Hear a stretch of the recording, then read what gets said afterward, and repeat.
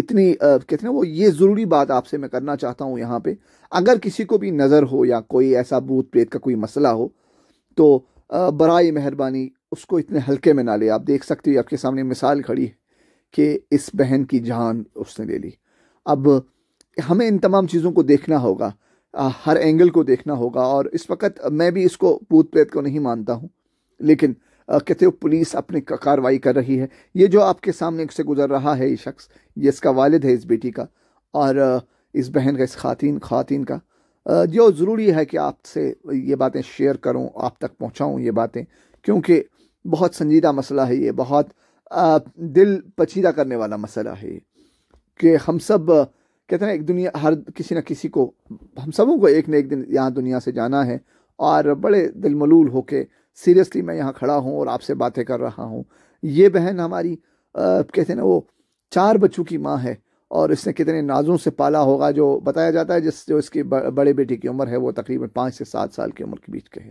اور اس بچے پہ کیا بیتتی ہوگی، وہ کیا سوچتا ہوگا کہ میری ماں کہاں گئی، اس کو تو کچھ نہیں ہوا تھا، وہ کہاں چلی گئی. یہ تمام چیزیں ہم سبوں کو یہ جاننا ضروری ہے کہ ہمیں اپنوں کا کیئر کرنا چاہیے. ہمیں اپنوں کا خیال، اگر کوئی پریشان ہے، اگر کوئی دل ملول ہے، اگر کوئی کہتے ہیں وہ ذہنی طور پر، یہ جو شخص آ رہا ہے آپ کی اسکرین پہ، یہ اس بہن کا پتی ہے جس کی حالت بہت خراب ہے. یہ بہت کہتے ہیں رنجیدہ اور بہت پریشان ہے کہ یہ کیسے ہوا اس کی زندگی میں، کیونکہ یہ پیشے سے استاد ہے، اچھے گھرانے سے دونوں ہے، بڑے بڑے اچھے گھرانے ہیں اور اچھے خاندان سے ہے. لیکن کیا بتائیں، مصیبت پوچھ کے نہیں آتی ہے، مصیبت کوئی دروازہ دیکھ کے نہیں آتی ہے، مصیبت اللہ کی طرف سے ہوتی ہے. اللہ تعالیٰ ہم سب کو مصیبتوں سے، آفتوں سے، غیر کہتے ہیں نا وہ تمام چیزوں سے بچائے، کیونکہ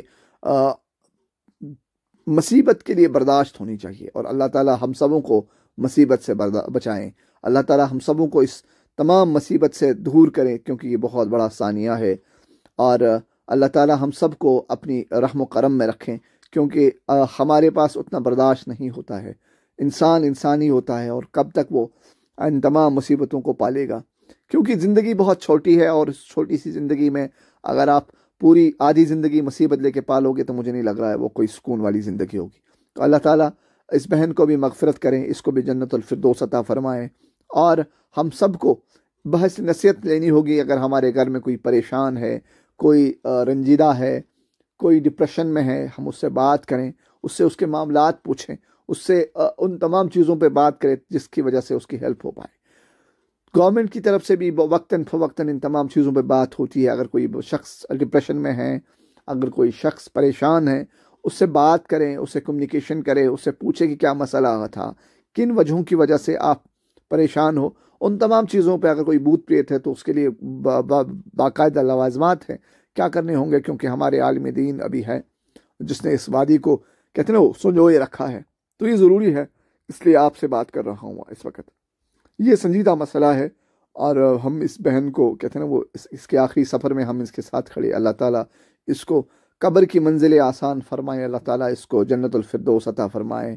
اللہ تعالیٰ اس کے بچوں کو کہتے ہیں نا وہ ایک صحیح فیوچر دے، اچھا فیوچر دے. اللہ تعالیٰ اس کے بچوں کو کہتے ہیں نا وہ اطمینان دے دلوں کو، کیونکہ ماں کا کھو جانا بہت مشکل ہے، بہت بڑا ثانیہ ہے یہ انسانی زندگیوں کے لیے.